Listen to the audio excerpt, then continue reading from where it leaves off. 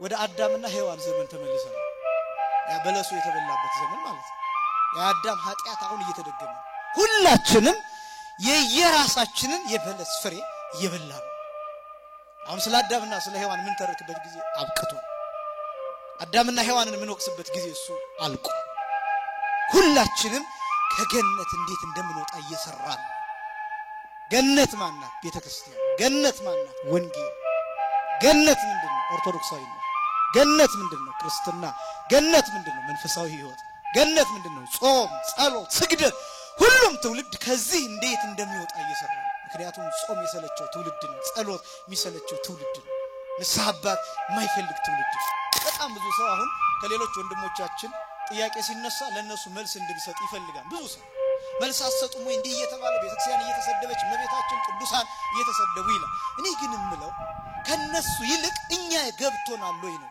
ጉዳዩ እሱ በነገራችን መልስ ራሱ ምን ፈልገው ለምን እንደሆነ ታውቃላችሁ እኛ ውስጥ ራሱ ጥርጣሬ ያለ ማለት ነው እኛ ውስጥ ያልተረዳ ነው ያልተመሰረተ ያልተተከለ ነገር አለ ማለት ነው ክርስቶስ እንዴት ኖረ ከዛኛስ እንዴት እንኖር ይሄ ጾም ወደዚህ ከፍታ ምናድግበት ነው ከምግብ መከልከሉ ብቻ ሳይሆን ምናድግበት ነው አጓጉል ጠባዮችን ምንተውበት ነው ከሱስ ምን ወጣበት ነው ከሩክሰት ምን ናመልጥበት ነው ከአጉል ልማዶች ምን ወጣበት ነው ወጣትነታችንን ምን ሰጥበት ነው ራሳችንን ምን ፈትሽበት ነው ጊዜያችንን ምን ናድንበት ነው ለዚህ 55 ቀናት 55 እድሎች ናቸው እስቲ መመለስ እድል የመለወጥ የመቀየር እድል 55 ቀን ጾም በበዛ ቁጥር ትርጉሙ ንስሐ የመግባት እድል ይኖራል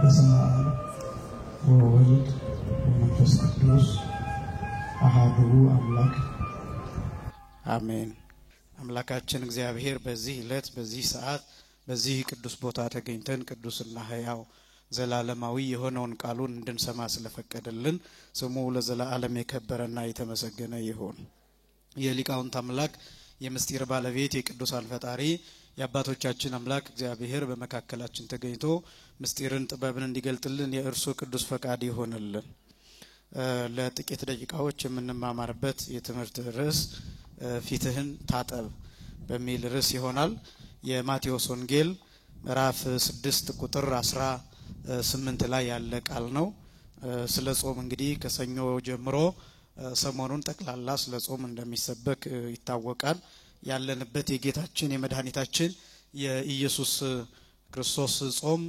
የሚጾምበት የሚታሰብበት ወቅት በመሆኑ በተደጋጋሚ ስለ ጾም የምንሰማበት ነው ነገር ግን የተለያዩ መምራን በተለያየ አገላለጽ ይገልጣሉ እኛም ትናንት ያልነበረ ከትናንት ወዲያ ያልነበረ አዳዲስ ሰው የሚመጣ አለ እሱም ብቻ ሳይሆን የእግዚአብሔር ቃል ደግሞ ሁሉ ጊዜም አዲስ ነው በተለያየ አይነት እይታ በተለያየ መልክ ይገለጣልና በዚያው ጉዳይ በዚያው ዙሪያ ፊትህን ታጠብ የሚለው የጌታችን የመድኃኒታችን የኢየሱስ ክርስቶስ ንግግር ምን እንደሆነ እሱን ለጥቂት ደቂቃዎች እናያለን ይሄ ሳምንት እንደምታውቁት ዘወረደ ተቀናዩ ጾመ ሕርቃል እየተባለ ይታወቃል ከወረርንበት ከፍ የምንልበት ከፍታ የሚነገርበት የነፍስና የሥጋ መጣጣም የሚነገርበት ይሄ የስነ ህይወት ምጥጥን የሚሰራበት ሰው ከእንስሳዊ ጠባይ የሚወጣበት ወቅት ነው የሚነገረውም እንደዚያ ነው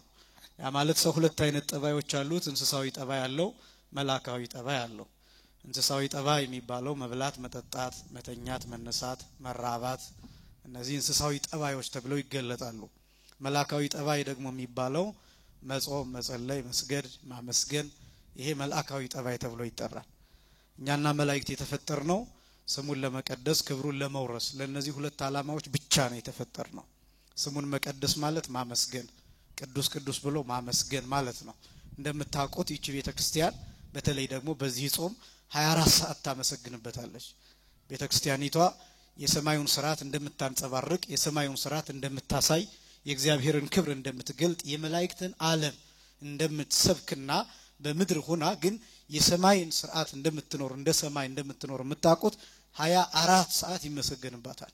እንደምታውቁት ከሌሊት አባቶቻችን ሰዓታት ቆመው ያድራሉ። እዚያ በኋላ ሊቃውንቱ ያሬዳውያን ጾመ ድጓውን ይቆማሉ። ከዛ በኋላ ስብከት አለ። ከዛ በኋላ ቅዳሴ አለ። ከዛ በኋላ የሰርክ ጉባኤው ይቀጥላል እና ሳይቋረጥ 24 ሰዓታት። ይሄ ብቻም አይደለም የሚጸልዩ ሰዎች አሉ። እንደገና ከዛ ሂደን በየግላችን የምንጸልየው ጸሎት አለ። በየገዳማቱ የሚጸልዩ ጸሎቶች አሉ። ይሄ የሚያሳየው 24 ሰዓት ስሙ የሚቀደስባት ብቸኛ ቤተክርስቲያን እንደሆነች ነው። ይሄን የምንናገረው ለትምክህት አይደለም፣ ለኩራት አይደለም። ነገር ግን በየትኛው የሃይማኖት ተቋም ይሄ ሥርዓት የለም። ይሄ የለም። እንኳን 24 ሰዓት ይቅርና ሰዓታት ጥቂት ሰዓታት እንኳን አይሆንም። ይቺ ቤተክርስቲያን ግን ስሙን ትቀድሳለች። የአባቶቻችን በረከት በሁላችንም ላይ ይደርብን። የተፈጠርነው ለዚህ ነው አንደኛ። ሁለተኛ ክብሩን ለመውረስ ነው የተፈጠርነው። መላእክትና እኛ ክብሩን መውረስ ማለት ራሱን እግዚአብሔርን መውረስ ማለት ነው። እኛ የተፈጠርነው የተጠራነው የእግዚአብሔርን ክብር እንድንወርስ ነው። ይሄ ዝነኛ ሰው ክብር አይደለም፣ የባለጸጋ ሰው ክብር አይደለም፣ ሌላ ምድራዊ ሌላ ክብር አይደለም። ራሱን እግዚአብሔርን ክብሩን እንድንወርሰው በጸጋ እንድንወርሰው የጸጋ አምላኮች እንድንሆን የተጠራን። በዚህ ምክንያት የተፈጠርነው ስለነዚህ ስለ ሁለት ነገሮች ነው። አንደኛ ስሙን ለመቀደስ፣ ሁለተኛ ክብሩን ለመውረስ ነው። ከመላእክት ጋር መምሰል ያለብን እንደ መላእክት መኖር ያለብንም ለዚህ ነው። እንደ መላእክት ደግሞ መኖር የምንችለው በጾም ነው። የመጀመሪያው በጾም ነው። በጾም ደግሞ ሲባል ጾም በጣም ብዙዎቻችን ቶሎ ጾም ሲባል ወደ አይምሮአችን የሚመጣው ምግብ መተው፣ የምግብ አይነት መለየት፣ እስከ 9 ሰዓት መጾም፣ እስከ 11 እስከ 12 ሌላ እንደዚህ አይነት ሐሳቦች ናቸው ወደ ሐሳባችን የሚመጣው። ጾም ማለት ምን አይነት መስላችሁ? በተለይ ወጣቶቹ ይሄ ስፒሪቹዋል የሆነ ስቴት ኦፍ ማይንድን ቢውልድ የምናደርግበት ነው። ጾም ማለት እንደሱ ነው። ዴፊኒሽኑ ራሱ ትርጉሙ ራሱ ይሄ ነው። ጾም ማለት ከምግብ መከልከል ብቻ ሳይሆን ሰው ልቡን ለእግዚአብሔር የሚያስመችበት ጊዜ ነው። ያስተሳሰብ ደረጃውን ከፍ የሚያደርግበት መንፈሳዊ ህይወቱን መንፈሳዊ ማንነቱን ጸጥ የሚልበት ዝም የሚልበት የሚረጋጋበት የሚታገስበት ራሱን የሚሰማበት ከእግዚአብሔር ጋር የሚነጋገርበት እና የተለየ መንፈሳዊ የሆነ የህይወት ጊዜን የሚመድብበት ነው። ልምምድ ነው እና የጾም ትልቁ ትርጉም እሱ ነው። ከምግብ ብቻ ብዙ ሰው ለመጾም የሚቸገረው በዚህ ምክንያት ነው። ብዙዎቻችን ጾምን የምንረዳው ከምግብ ጋር ስለሆነ ቁርስ ሳልበላ እንዴት ሆናለሁ? ስጋ ሳልበላ እንዴት ሆናለሁ? ይሄን ብተውስ፣ ይሄን ብበላስ፣ ይሄን ባደርግስ ብለን ጥያቄያችን ከምግብ ጋር ብቻ የተያያዘ ነው። ሌላው ቀርቶ በጣም የሚያሳዝነው ይህንን ጾም እንኳን ልክ ስንጨርስ ብዙዎቻችን የምንጠይቀው ጾሙ እንዴት እንደሚፈታ ነው ግድ የሚለን። ማለት ለምሳሌ ልክ ሰሙነ ሕማማት አካባቢ ብዙ ጥያቄ የምንጠየቀው ሁላችንም በሬ ስንት ሰዓት ይታረዳል የሚል ጥያቄ ነው። ዶሮ ስንት ሰዓት ይታረዳል ቅዳሜ የሚል ጥያቄ ነው። አያችሁ ያለንበትን ደረጃ የሚያሳይ ነው። ለምንድን ነው ስንት ሰዓት ይቆረባን ተብሎ የማይጠየቀው? ለምንድን ነው ቅዳሴ ስንት ሰዓት ይገባን ተብሎ የማይጠየቀው? ማህሌት ስንት ሰዓት ይቆማል? ስንት ሰዓት ይደወላል? ስንት ሰዓት ነው ቤተክርስቲያኑ ክፍት የሚሆነው ተብሎ የማይጠየቀው ለምንድን ነው? በጣም ብዙ ሰው ስለ ምግብ የሚጠይቀው ለምን እንደሆነ ታውቃላችሁ? የጾመው ከምግብ ነው እንጂማ ከምግብ ብቻ ባይሆን ከሌላው የጾመ ቢሆንማ ትዝ የሚለው ስጋውን ደግሞ እንዴት እንደሚቀበል እንዴት መቼ መቁረብ እንዳለበት ከንስሐ አባቱ ጋር እንዴት መመካከር እንዳለበት ይሄ ነው ትዝ የሚለው። ይሄ ነው የጾም አስተሳሰብ የሚባለው ይሄ ነውና ራስን ከፍ የምናደርግበት ጊዜ ነው። ይሄ ብቻም አይደለም። የጌታችን የመድኃኒታችን የኢየሱስ ክርስቶስ 40 ቀን በምድረ በዳ የቆየባቸው ጊዜያት ይታሰባሉ። ለምሳሌ አሁን ጾሙን ብዙ ጊዜ ስታዩት ጸጥ ያለ ነው፣ ዝም ያለ ነው። ከበሮ የለም፣ ጸናጽል የለም፣ እልልታ የለም፣ ጭብጨባ የለም። እነዚህ ግርግር የሚባሉ ነገሮች እነሱ በራሳቸው ጊዜ ስላላቸው የሚነቀፉ ሆነው አይደለም። ነገር ግን በዚህ ጾም ይቆማሉ። እነዚህ ለምንድነው እነዚህ የሚቆሙት? ከበሮ ዝም የሚለው፣ ጸናጽል ዝም የሚለው፣ እነዚህ ድምጾች የማይሰሙት ከተለዩ ክብረ በዓላት ውጪ ለምንድነው ቢባል የጌታ የ40 ቀን ዝምታ የሚታሰብበት ጊዜ ነው። ዝም ብሎ ነው የቆየው ጌታ 40 ቀን በምድረ በዳ ሲቆይ የተወሰኑ ነገሮች ብቻ ናቸው። በነገራችን ላይ ያለን መረጃ ክርስቶስ በምድረ በዳ 40 ቀን 40 ሌሊት እንደቆየ አንደኛ። ሁለተኛ ምን ሲሰራ ነው የቆየው የሚለው እየጸለየ እየጾመ፣ ሁለተኛ። ሶስተኛ ደግሞ ከአራዊት እየተፈተነ በቃ። ያሉን መረጃዎች እነዚህ ብቻ ናቸው። ከዚያ ውጪ በምድረ በዳ 40 ቀን ምን እንዳደረገ ክርስቶስ ምን እንደሰራ ማንም የትም ምንም መጽሐፍ አይናገርም። እነዚህ ነገሮች በቤተ ክርስቲያን ከበሮው ዝም ብሎ፣ ጸናጽሉ ዝም ብሎ፣ ልልታ ጭብጨባ የሚባሉ ነገሮች ቀርተው የጌታ ብህትውና ይታሰብበታል፣ ብቸኝነቱ ይታሰብበታል፣ ዝምታው ይታሰብበታል፣ ጸጥታው ይታሰብበታል። 40 ቀናት ከባህሪ አባቱ ከአብ ጋር ምን ተነጋገረ? 40 ቀናት ከባህሪ ሕይወቱ ከመንፈስ ቅዱስ ጋር ምን ተነጋገረ? 40 ቀናት ከራሱ ጋራ ምን ተነጋገረ? ምን አሰበ? ምን ሰራ? ምን አደረገ? ስንት ጸሎት ጸለየ? ምን አይነት ጸሎት ጸለየ? ስንት ስግደት ሰገደ? የሚያውቅ የለም። እነዚህን መናገር የሚችል የለም። ይሄ የሚታሰበው በአገልግሎቱ ብቻ ነው። ይሄ አገልግሎቱ ምንድነው? ከበሮውን ጸናጽሉን ዝም በማሰኘት እልልታ ጭብጨባ እነዚህ ነገሮች በማስቀረት ጌታ ራሱ ከበሮ የጌታ ምሳሌ ስለሆነ ጸናጽሉም እንዲሁ ምሳሌው ስለሆነ ዝም በማሰኘት የጌታችን የመድኃኒታችን የኢየሱስ ክርስቶስ ዝምታ ይታሰባል። ምን ይሰራልናል? ዝምታው መታሰቡ ምን ይሰራልናል? ጸጥታው መታሰቡ ምን ይሰራልናል ቢባል የጌታ ዝምታ ራሱ ከማዳን ስራዎች አንዱ ነው። ዝምታው ብህትውናው ብቸኝነቱ ይሄ 33 ዓመት ከ3 ወር የሚባለው የጌታ መኖር የተቀመረ ነው። ጌታ ተኛ ሲባል ዝም ብሎ መተኛት አይደለም፣ ማዳን አለው። ሄደ ሲባል ዝም ብሎ መሄድ አይደለም፣ እንደኛ አይነት መሄድ አይደለም። ምን ሊያረግ ነው የሚሄደው? የሚረግጠው ስፍራ አለ። ምንድነው የሚረግጠው ስፍራ? መለኮታዊ ቀጠሮ ያለበት ቦታ፣ የሚደርስበት ቦታ፣ የሚያድናቸው ሰዎች በተአምራት የሚገለጥበት ስፍራ፣ የሚናገረው ቃል፣ የሚያስተምረው ትምህርት፣ የሚፈውሳቸው ሰዎች፣ ከጫጫታቸው ጸጥ የሚያደርግላቸው ሰዎች አሉ።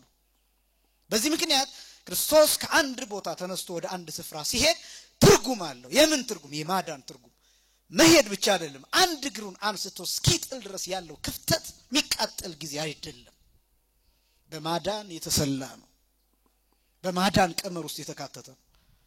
እና እነዚህ 40 በጣም እነዚህንም ነግራችሁ ለምን መሰላችሁ? እንድትገረሙበት ነው። አባቶቻችን ጾሙን ሲሰሩት ለምሳሌ ተቀነዩ ሲባል በአምላክ ዳዊት እንደተናገረው ለእግዚአብሔር በፍርሃት ተገዙ ነው።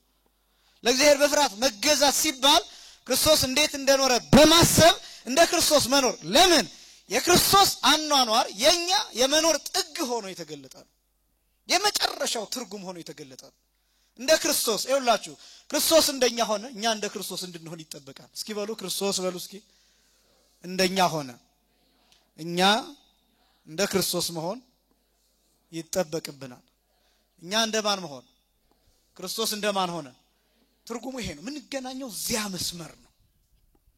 እዚህ መስመር ነው።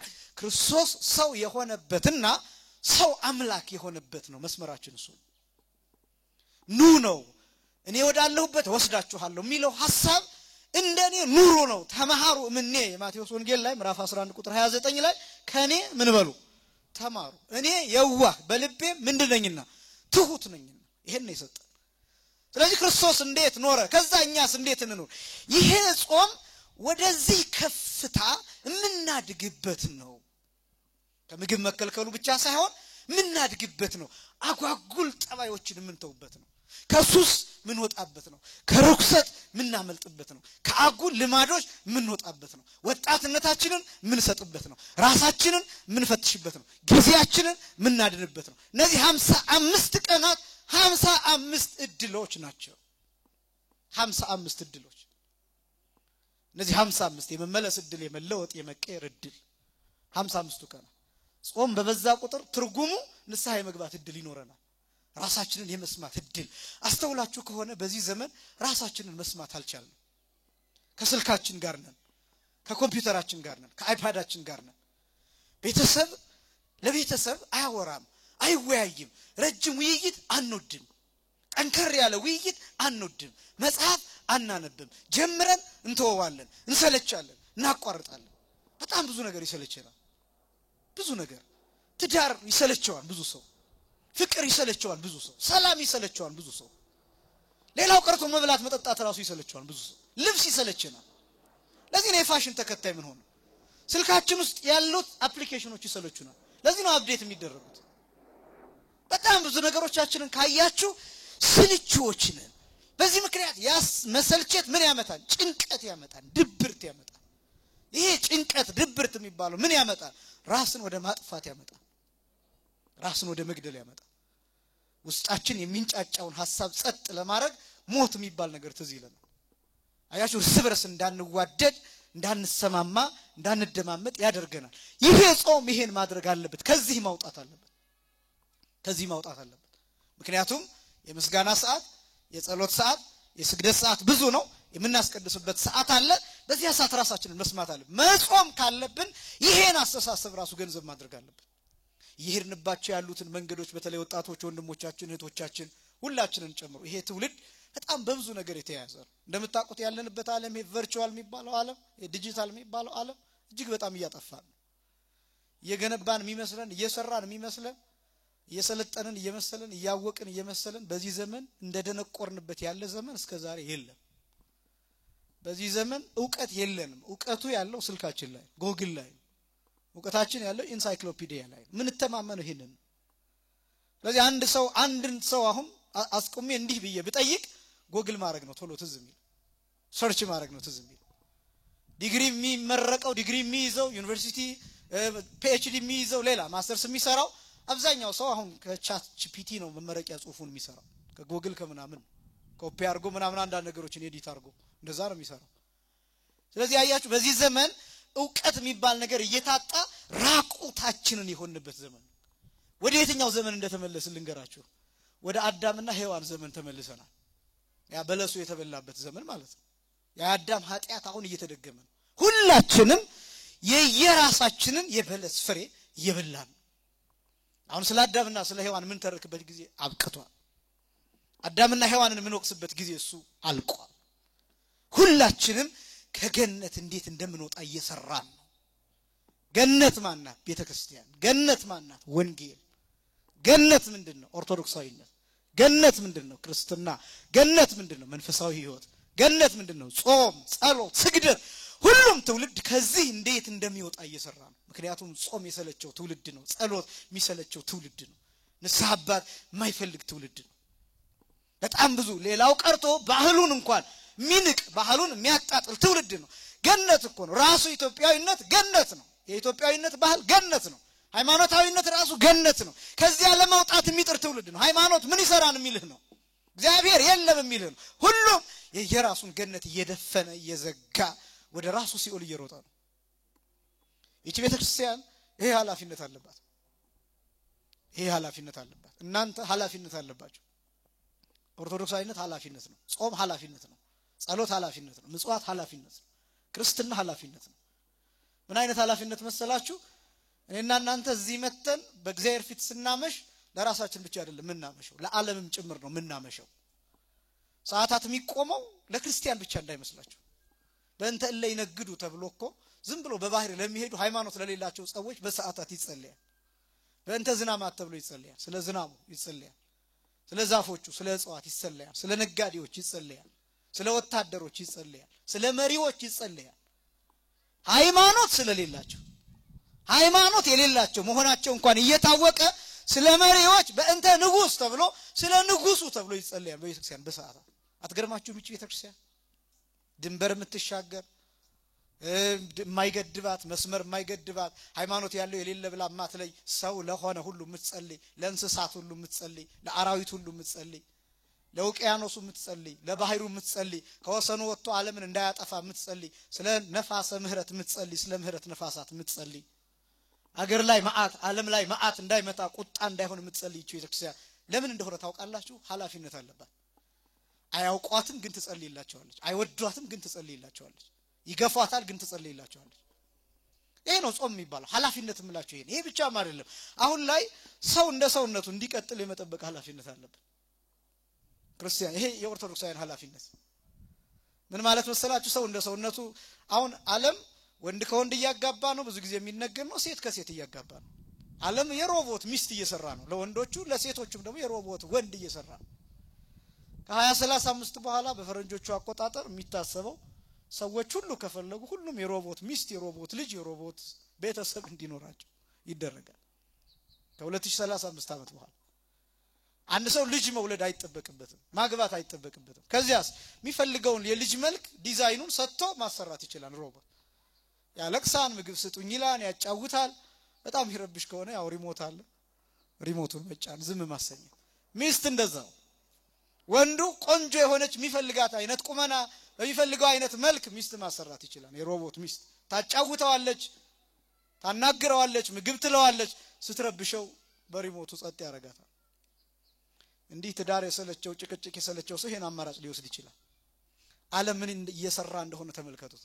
ሰውን ትውልዱን የመጠበቅ ኃላፊነት ወንድ ወንድነቱን ይዞ እንዲቀጥል፣ ሴት የሴትነት መልኳን የሴትነት ወጓን የሴትነት ጠባዩን ጠብቃ እንድትቀጥል እናትነት የሚባለው ዓለም ላይ ያለው ውድና ወርቅ ነገር እንዲቀጥል ኃላፊነት አለባቸው። እናትነት በጣም ውድ ነገር። አሁን ዓለም ውስጥ እንደምታውቁት የሚሰራው ሴቶች እንደ ወንድ ቢሄቭ እንዲያረጉ ይፈልጋል።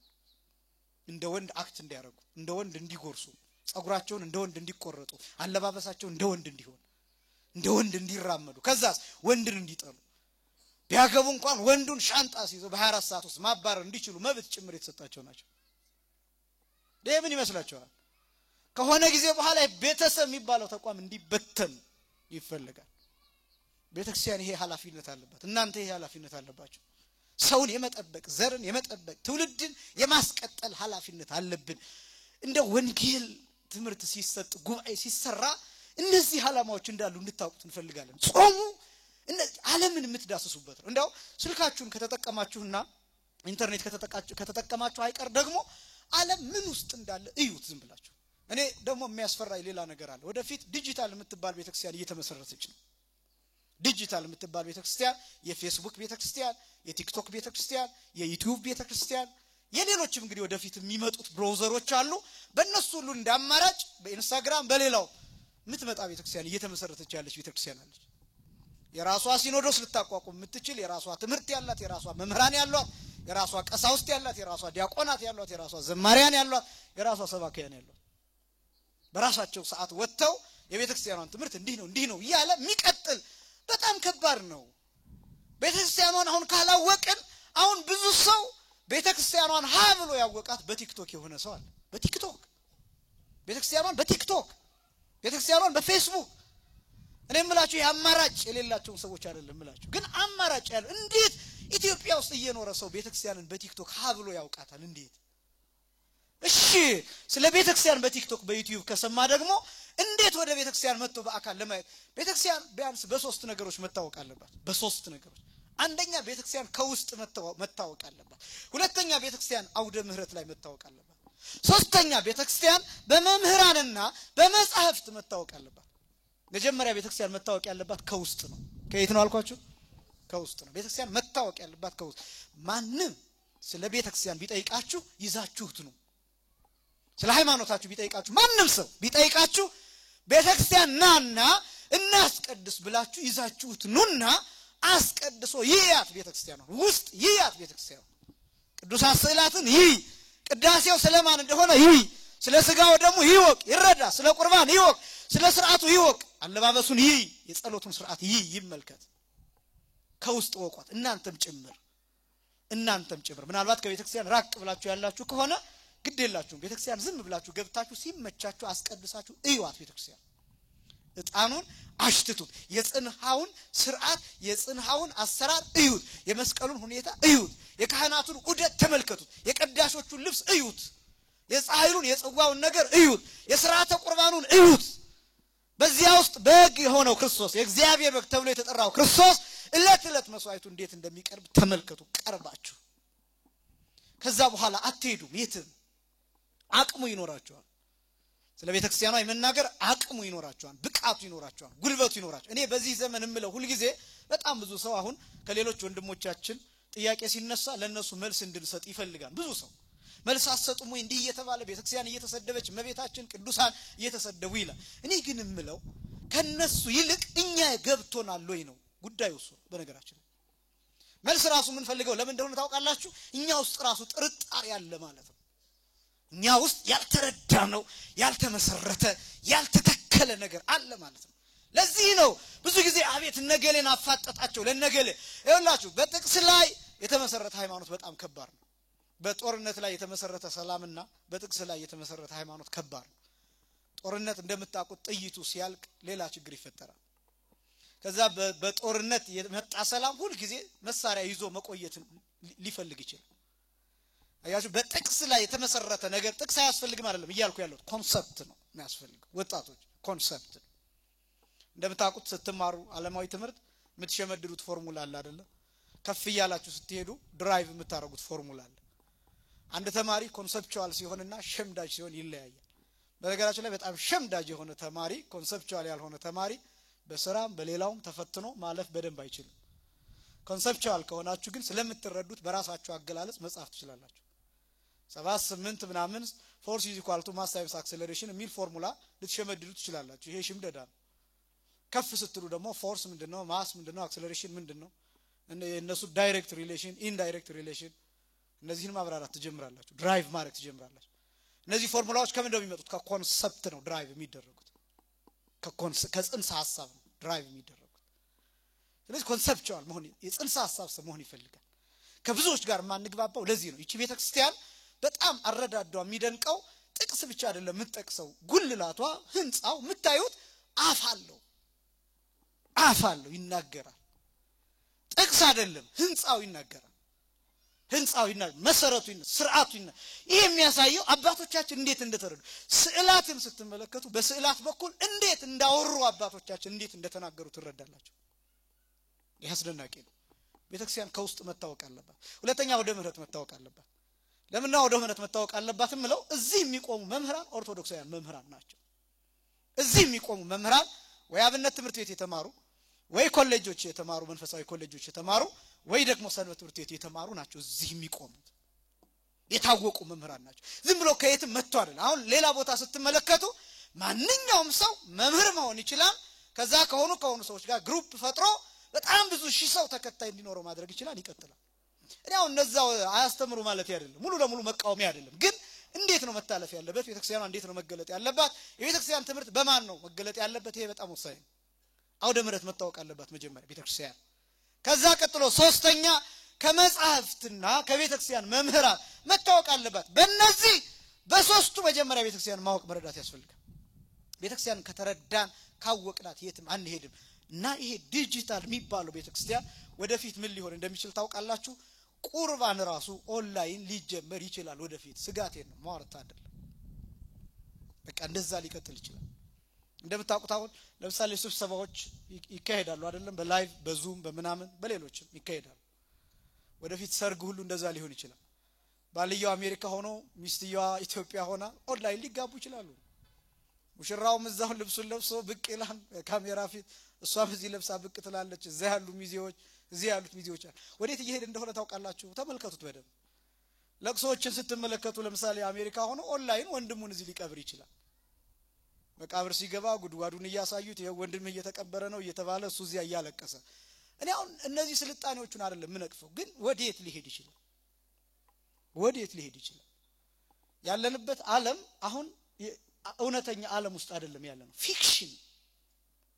ፊክሽን ዓለም ውስጥ እየገባ ነው በቃ እውነተኛ ያልሆነ ሊጨበጥ ሊዳሰስ የማይችሉ ነገሮች ውስጥ እየገባ ነው እነዚህ ካሜራዎች እንደምታዩዋቸው ውድ ናቸው እነዚህ ካሜራዎች የሚመረጡት ጥሩ ምስል ለማሳየት ነው አሁን እኔን እንደዚህ ያያችሁ በካሜራ ብታዩ ሌላ ሰው ነው መሆንባችሁ ብዙ ሰው ይሳሳታል በካሜራ ይዞ ትልቅ ሰው ግዙፍ እንደዚህ መስለውና በአካል ሲያገኙኝ አንዳንዶቹ ለመቀበል ራሱ ይቸገራሉ በተለይ አሁን ነው እንጂ ክፍለ ሀገር ለአገልግሎት ሲሄድ ትተውኝ ሁሉ የሚመለሱ ነበሩ በቴሌቪዥን ያያሉ ትልቅ ሰው ነኝ በአካል ያገኙኛል እንደዚህ ነኝ አያችሁት ይሄ ምን ማለት መሰላችሁ የተጋነነ ዓለም መፍጠር ነው የተጋነነ ዓለም መፍጠር ከእውነታው ያለፈ ነገሮችን መፍጠር ፊልም የሚሰሩ ወንድሞቻችን እህቶቻችንን ታያላችሁ በብዙ ድካም ነው ፊታቸው ላይ ላብ ያላቸው ሰዎች ላቡ እንዲወጣ ተደርጎ ይሄ ሻዶው የሚባል ነገር ጥላ የሚያርፍባቸው እሱ እንዲለቀም ተደርጎ ዋይድ ካሜራ ፊት ለፊት ካሜራ ምናምን እየተባሉ ብዙ ላይቶች እንደ ቦምብ ተጠምዶ እንደ መሳሪያ ተጠምዶባቸው ተቀርጸው ቆንጆ ሆነው ታዩዋቸዋላችሁ በአካል ስታገኙዋቸው እንደሱ አይደለም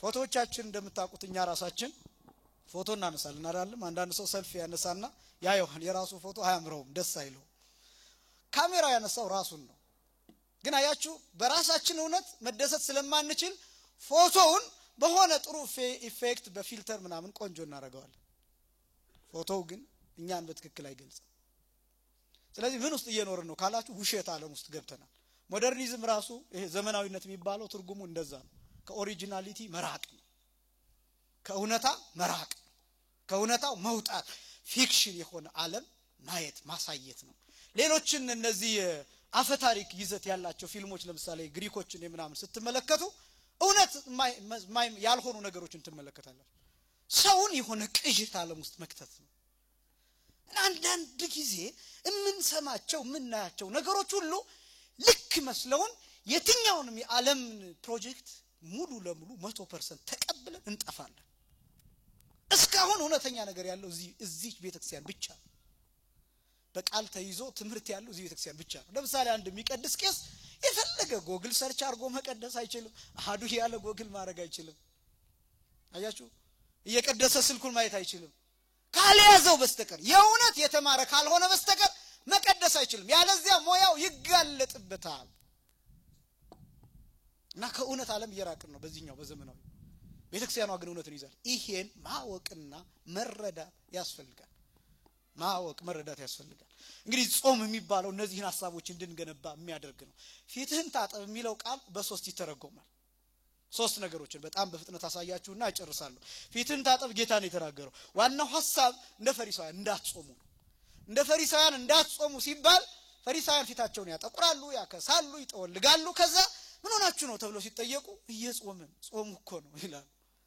አማን ብለክሙ ይላል ጌታ ሀጉሉ እሴቶሙ እውነት እላችኋለሁ ዋጋቸውን አጡ ይላል። ዋጋ ከማጣት እግዚአብሔር ሁላችንንም ይሰውረን። አሁን እንደዚህ ሲባል ጾማችሁን ሰው አይወቀው ማለት አይደለም። በነገራችን ላይ ውዳሴ ከንቱ አትፈልጉ ማለት በሰው ፊት አትጸልዩ ማለት አይደለም። በሰው ፊት አትስገዱ ማለትም አይደለም። ሃይማኖታችሁን ለሰው አትግለጡ ማለትም አይደለም።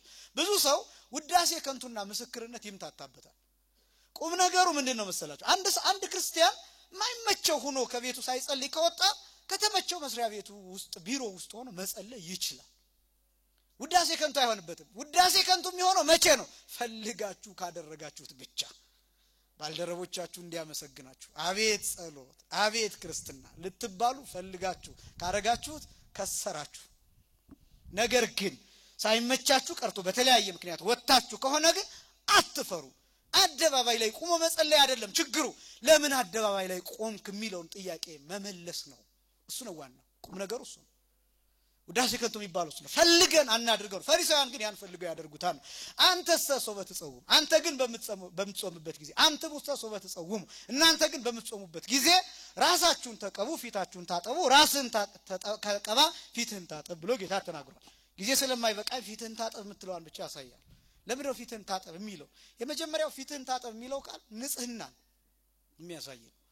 ንጽህናን ማለት ውስጣዊውን ብቻ አይደለም ውጫዊ አካላዊ ንጽህና። በነገራችን ላይ በቤተክርስቲያን ሥርዓት ትምህርት ክርስቲያን አካላዊ ንጽህናውን የልብስ ንጽህናውን የሰውነት ንጽህናውን እንዲጠብቅ ይታዘዛል። በጣም ወሳኝ ጉዳይ እንደሆነ ታውቃላችሁ። ቤተክርስቲያን ንጽህናን እንደምታስብ ማንም ሰው ዳም ፍታ ነገስቱ የሚለው አንድ ሰው ለጸሎት ሲቆም ወደ ቤተክርስቲያን ሲሄድ ይታጠብ ውሃ እንኳን ቢያጣ በመራቁ ይጥረግ ነው የሚለው። ውሃ እንኳን ቢያጣ ንጹህ መሆን አለበት። በእግዚአብሔር ፊት ሲቆም ንጹህ ልብሱ የታጠበ ክርስቲያን ጫማው የሚሸት መሆን የለበትም። ካልሲው የሚሸት የሚነቀፍ መሆን የለበትም። ክርስቲያን መሳለቂያ መሆን የለበትም። ክርስቲያን መሳቂያ መሆን የለበትም። ክርስቲያን ፕሮቶኮልን መጠበቅ እኮ በአግባብ የተፈቀደ ነው። ፕሮቶኮል ነው የምላችሁ። አጭር ቀሚስ መልበስ አይደለም ያልኩት። የሚያጋልጡ አካልን የማይሸፍን ልብስ አይደለም ያልኩት። ሌላ ለማማለል ምናምን የምትጠቀሙባቸው አይነት አይደለም። እንደሱ አይደለም ምላችሁ። ግን ልክ የሆነ ክርስቲያናዊ ማንነትን ሰዋዊ ማንነትን ሊገልጥ የሚችል ልብስ ንጹህ ልብስ መልበስ የተፈቀደ ነው። ቤተክርስቲያን መምጣት በሌላው ጊዜ የትም ይሄ ሲባል ይውላችሁ አሁን ስለ መጥፎ ጠረን ብቻ ሊሆን ይችላል ምናስበው። እኔና እናንተ ጥሩ ጠረን ብለን ላሰብነውም ጭምር ነው። ለምሳሌ በዛ ሽቱ ተቀብቶ የሚመጣ ሰው አለ። ሳይነስ ያለባቸው ሰዎች አሉ። አስም ያለባቸው ሰዎች አሉ። የሽታ አለርጂ ያለባቸው ሰዎች አሉ። ይረበሻሉ። ቤተክርስቲያን ብዙ ሽቱ እንደው ከላይ እስከ ታች ረፍርፈን በሽቱ ተነክረን መተን ስንቆም አጠገባችን ያለው ሰው ለጸሎት ይረበሻል፣ ለማስቀደስ ይረበሻል። ልክ አለው ሁሉም ነገር መጠን አለው። ኦርቶዶክሳዊነት መጠን ነው። ኦርቶዶክሳዊነት ልክ ነው። ልክ ነው።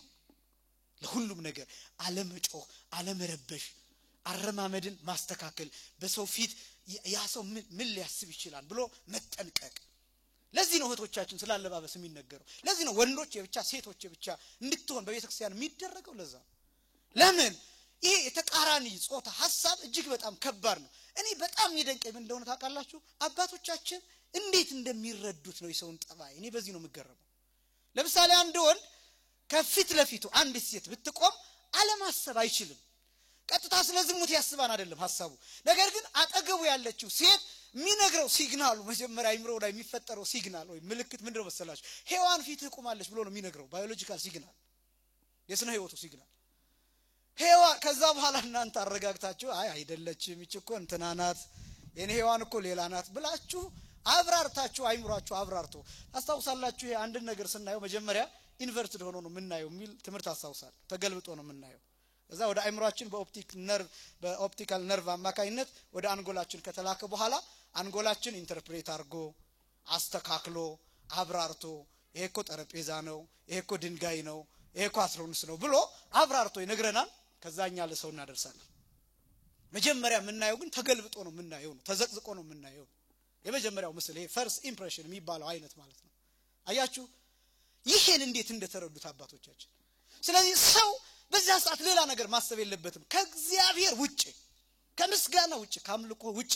ከመንፈሳዊነት ውጪ ሌላ ነገር አይምሮ ቢዚ መሆን የለበትም በሌላ ነገር ለዚህ ነው ቤተክርስቲያን አስቀድማ የምትነግረንና እነዚህን ስርዓቶች መጠበቅ ያለብን ለዛ ነው አካላዊ ንጽህና ተብሎ የሚገለጥ የመጀመሪያው እሱ ነው አካላዊ ንጽህናን መጠበቅ ንጽህና ሲባል አሁንም ሽታ ብቻ አይደለም አለባበስ ብቻ አይደለም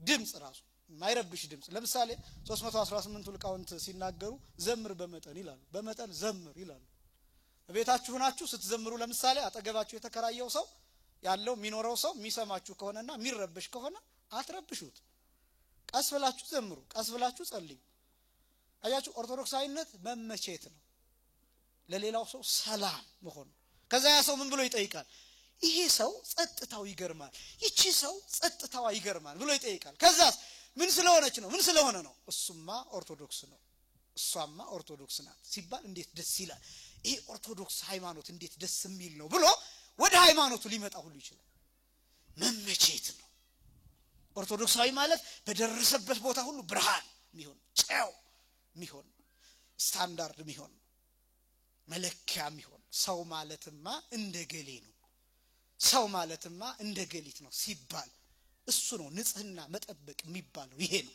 የመጀመሪያው ፊትህን ታጠብ የሚለው ይሄን የሚያሳይ ነው ሁለተኛ ፊትህን ታጠብ የሚለው የሚያሳየው ውስጣዊ ንጽህናን መያዝ መንፈሳዊ ንጽህናን መያዝ አእምሮአዊ ንጽህናን የሐሳብ ያመለካከት እነዚህ ንጽህና መያዝ ነው ለምን ነው በፊት ግስ የተናገረው ቢባል ከአምስቱ የስሜት ሕዋሳት አራቱ የሚገኙት ፊታችን ላይ አይናችን ያለው አፍንጫችን ያለው አንደበታችን ያለው ፊታችን ላይ ነው ጆሮአችንም ቢሆን ለፊታችን ቅርብ ነው እነዚህ የስሜት ሕዋሳት አራቱ ዓለምን የመቀየር ስልጣን ያላቸው ናቸው የዓለም ጦርነት እንዲቀሰቀስ ማድረግ ይችላሉ በተመሳሳይ ሰዓት የዓለም ጦርነት ጸጥ እንዲል ማድረግ ይችላሉ ለምሳሌ አንደበት ለምሳሌ ቃል የዓለም ጦርነት መነሻው ቃል ነው የመጀመሪያው የዓለም ጦርነት ሁለተኛው የዓለም ጦርነት ሶስተኛው የዓለም ጦርነት ይነሳን ተብሎ የሚታሰበው በቃል ኃያላን ሀገራት ይጠበቃሉ ኃያላን ሀገራት የሚባሉት የሚናገሩት ቃል እያንዳንዱ ይተረጎማል እያንዳንዱ ዲፕሎማሲ ትርጉማል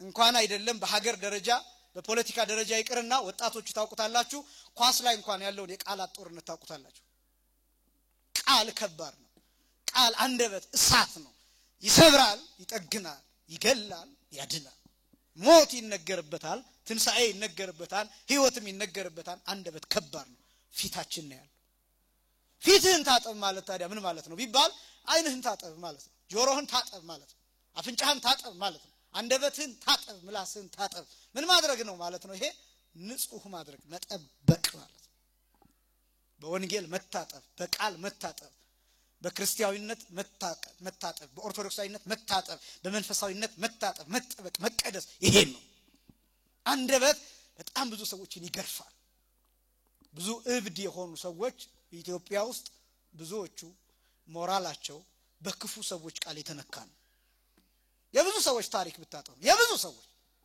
መኪና ውስጥ ሆነን እጃቸውን ለልመና የሚዘረጉልን ቡትቶ ለብሰው ምናያቸው ብዙዎቹ ሰው ያሳደዳቸው ናቸው በቃል ብቻ በቃል የተሰበረ ሰው ብዙ እዩት የትውልዱን በተለይ የዚህን ዘመን የትውልድ ቃል አስተውላችሁት ከሆነ የስድቡ አይነት የአሽሙሩ አይነት የሽሙጡ አይነት የስላቁ አይነት የመዘባበቱ አይነት ስትለብሱም ያሽሟጥጣችኋል ራቆታችሁን ብትሄዱ ያሽሟጥጣችኋል ብታገቡም ይቀልድባችኋል ባታገቡም ይቀልድባችኋል ብትወልዱም ይቀልድባችኋል ባትወልዱም ይሳለቅባችኋል እናንተ ህይወት ውስጥ ጥልቅ ብሎ ገብቶ ሊያሸማቀቃችሁ ይሞክራል። በዚህ የተሰበሩ ብዙ ሰዎች አሉ። ጌታ ያስተማረው ትምህርት አለ በሉቃስ ወንጌል ምዕራፍ 10 ቁጥር 29 ጀምሮ ይሄ ከኢየሩሳሌም ወደ ኢያሪኮ ሲወርድ የነበረውን ሰው ወንበዴዎች አግኝተው ደበደቡት ይላል፣ ገፈፉት ይላል እና ጥለውት ሄዱ ይላል፣ አቁስለው ጥለውት ሄዱ ይላል። አሁን ይሄ ስለ ዱላ ብቻ የተናገረ ይመስላችኋል? ስለ ዱላ ብቻ የተናገረ ይመስላችኋል? ስለ ጥፊ ብቻ የተናገረ ይመስላችኋል?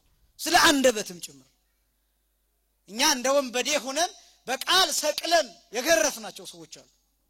አንተ ብሎ እንዲህ አንቺ ብሎ እንዲህ የልደርስ ነው ደሞ አንተ ብለን ያሸማቀቅናቸው ሰዎች በስጋዊው እንኳን መድረስ ከሚገባቸው እንዳይደርሱ ያደረግናቸው ሰዎች አሉ። ቀስበል አትንቀጭቀጭ ይያልን የሰበርናቸው ሰዎች አሉ። ምን ነው በጣም አበዛው ይያል ያሸማቀቅናቸው ሰዎች አሉ። ቤተክርስቲያን ሲመጡ ወጣቶች ነጠላቸውን ለብሰው ሲመጡ ምንድነው ገና ከዛሬሽ ተብሎ የሚሸማቀቁ ልጆች አሉ። በጣም ብዙ ምን ፈራው ወጣቶቹ ምትፈሩት መጸለይ ሁሉ ምትፈሩ ወጣቶች እኮ አላችሁ እናውቃለን። ቤተክርስቲያን ቆማችሁ አባታችሁ ነው መጨረስ ማትችሉ ወጣቶች አላችሁ። ለምንድነው ሲባል አጠገባችሁ ያለው ሰው ቄሱ ይላችኋል ከጨረሳችሁ በኋላ ቄሱ ምን ነው ሰባቱን ውዳሴ ማርያም ካልዘለኩ አልኪላል ልታስቀድስ ስትመጣ ቄሱ ስትጾም በጣም ብዙ እና እህቶቻችን ረጅም ቀሚስ ሲለብሱ እኮ ማሆይ ብለው የሚቀልዱባቸው እኮ አሉ እኮ። ለምን ቆባና አሰፋልሽ? ለምን የትኛው ገዳም ነው የምትገቢው? መቀለጃ ራስን መጠበቅ ዘንድሮ መቀለጃ እኮ ነው። ክብርን መጠበቅ መቀለጃ ነው፣ መሳለቂያ ነው። ልክ እንዳልሰለጠነ እንዳልተማረ እንዳላወቀ ሰው እንደ ገጠሬ እንደ ፋራ እንደዚህ የሚቆጠሩበት ጊዜ አይደለም። ለምን እንደዚህ የሚሆን ይመስላችኋል? ሰዎች ቃላቸው ከባድ። በጣም ብዙ ሰዎች ሱስ ውስጥ የሚገቡት ሲጋራ ማጨስ የሚጀምሩት ጫት መቃም የሚጀምሩት መጠጥ የሚጀምሩት ብዙዎቹ በጓደኞቻቸው ተጽዕኖ ነው። ይሄ ፒር ፕሬሸር የሚባለው አቻ ግፊት የሚባለው በዚያ ነው ብዙ ሰዎች እዚህ የሚገቡ። ከዛ ምን ይፈራሉ? ይሄን ካላደረጉ ጓደኞቻቸው ይቀልዱባቸዋል። ናይት ክለብ ወጥተው ካላደሩ አንተ ወጣትነትን ያላየህ ተብሎ ይሰደባል። እና ቃል በጣም ከባድ ነው። እነዚህን እንጠብቃቸው። የምንናገረው ቃል ኩሉ ዘይነብብ ንባበ ጽሩዕ አይላን ጌታ። የማቴዎስ ወንጌል ምዕራፍ 12 ቁጥር 35 ላይ ኩሉ ዘይነብብ ንባበ ጽሩዕ ያገብኡ ሎቱ ቃለ በእለተ ደይን ይላል። የማይረባ ቃል ለሚናገር ሰው በፍርድ ቀን ያንን ቃል መልሰው ያመጡለታል ይላል። ልክ ሪከርድ እንደተደረገ ድምጽ መጥቶ ይሰማል፣ ይፈረድበታል። ቃል አየር ላይ ይቀመጣል። ቃል ውሃ ይበክላል። ቃል ነፋስ ይበክላል። ቃል ትውልድ ይቀጫል፣ ያልፈሰፍሳል። ቃል ሽማግሌ ያሳጣል። ቃል እናቶችን ይነጥቃል። ቃል ህፃናትን እንዳያድጉ ያደርጋል። ክፉ ቃል ነው ማለት ክፉ ቃል እርግማን ክፉ ቃል በጣም መጠንቀቅ ያስፈልጋል። በዚህ ጾም አንዱ ማወቅ ያለብን መረዳት ያለብን ንግግራችን። ይሄን ደግሞ ስላችሁ እስከ ፋሲካ ድረስ አይደለም ብላችሁ አሁን አንዳንዱ ክርስቲያን እስከ ፋሲካ ድረስ ምስኪን ይሆናል። ጾም ነው ብዬ ነው እንጂ አሳየህ ነበር ይል ጾም ነው ብዬ ነው እንጂ ልክን ነግረ ነበር ይላል። አሁን ይሄ ሰው አጠራቅሞ የፋሲካ እግዚአብሔር ይወቀው እንዴት እንደሚናገር ምንድነው እኔ ያልገባኝ ባህል ቤተክርስቲያኗ ማታስተምረውን ትምህርት እስከ ፋሲካ ጥሩ ሰው ከፋሲካ በኋላ ሌላ ሰው ቀሚሶች አሉን። ጌታ ለሐዋርያት ሲነግራቸው ያስተማረው ትምህርት አለ ማቴዎስ ወንጌል ምዕራፍ 10 ላይ ሁለት ልብስ አይኖራችሁም ይል። ስንት ልብስ? ሁለት ልብስ። እና የሁለት ልብስ አንዱ ትርጉም የመጀመሪያው ያው ሁለተኛ መቀየሪያ ልብስ ይዛችሁ አትሄዱ፣ ምክንያቱም ልብሳችሁን እኔ እችላለሁ ነው ሐሳቡ። ክፋት አይመታችሁም፣ ስለዚህ ልብሳችሁ አያልቅም ትሄዳ። በቃ ይሄን ምስጢር የሚያሳይ ነው። ምክንያቱም ሁለት ልብስ ባኒዝ ኖሮ እንዲህ ነው ነበር ብለው እንዳይዳከሙ ነው። ምስጢሩ ግን ሁለት ልብስ የሚለው ሁለት ማንነት ነው። ሁለት አይነት ማንነት ነው። አሁን እኛ የጾሙ ማንነት አለ። ጾሟ ላይ ያችን የጭፈራዋን ቀሚስ ሳጥን ውስጥ ዘግተን አስቀምጠናት የፋሲካ ተወጣለች። ታውቃላችሁ ይሄ ቢዝነሱ ዲማንድ ነን እኛ። ታውቃላችሁ የዚህ ዓለም ቢዝነስ ዲማንድ ነው፣ የማርኬቱ ዲማንድ ነው። አሁን ብዙ ሆቴሎች ዝግ ናቸው፣ ብዙ ጭፈራ ቤቶች ዝግ ናቸው፣ ብዙ መጠጥ ቤቶች አሁን ዝግ ናቸው። እየታደሱ ነው፣ ቀለም እየተቀቡ ነው፣ ዲኮር እየተደረጉ ነው፣ ሰራተኞቻቸው ተባረዋል። ከዛስ ፋሲካ ሲመጣ ቆንጆ ሆነው አምረው ያልቁና አጫጭር ቀሚስ የለበሱ እህቶች እነሱ እንዲመደቡበት ይደረግና ሰው ዝሙት እያሰበ እየጠጣ እየሰከረ በማይፈልግበት ቦታ እንዲያደር ይደረጋል። የሚያሳዝነው ፋሲካ ሲመጣ እነሱ እንኳን አደረሳችሁ ብለው ይቀልዱብናል። እንኳን ለብርሃነ ትንሣኤው አደረሳችሁ ብለው ቢራ ያስተዋውቁናል። እንኳን ለብርሃነ ትንሣኤው አደረሳችሁ ብለው የኮንሰርት ፕሮግራም ያስተዋውቁናል፣ ቲኬት ይሸጡልናል። እኛም የፋሲካ ቤተክርስቲያኑ ባዶ ያድራ እስከ ፋሲካ ጾመን ልክ ፋሲካ ሲደርስ ቤተክርስቲያኑን ትተን እንወጣለን እና ምን እንደሆነ ያውቃሉ ተመልሰን እንደምንሄድ ያውቃሉ እነዚህን ሁሉ ምናስብበት ነው ፊትን መታጠብ የሚባለው እነዚህን ሁሉ ምናስብበት አስተሳሰባችንን ምናሳድግበት ነው የመጨረሻው ፊትን መታጠብ በእንባ መታጠብ ማልቀስ ነው አንድ ሰው ሊያለቅስ የሚችለው ከተነካ ነው ስስ ልብ ካለው ርህራሄ ካለው ይሄ ለእግዚአብሔር የተነጠፈ ልብ የተነጠፈ አይምሮ ካለው ያለቅሳል ኢትዮጵያ ውስጥ ለማልቀስ ብዙ በቂ ነገሮች አሉ በጣም ብዙ በቂ ነገሮች የሚራቡ ሰዎች አሉ የሚጠሙ ሰዎች አሉ ደጅ የሚያድሩ ሰዎች አሉ ቤታቸው የሚፈርስባቸው ሰዎች አሉ የሚሰደዱ ሰዎች አሉ የሚፈናቀሉ ሰዎች አሉ በወሊድ የሚሞቱ እናቶች አሉ ዛሬ ያለንበት ክፍለ ዘመን ስለ ፌሚኒዝም የሚወራበት ነገር ግን እናቶች ደግሞ ገጠር ከነ ልጆቻቸው በሆዳቸው እንዳለ በሽፍኑ የሚቀበሩባት ሀገር ናት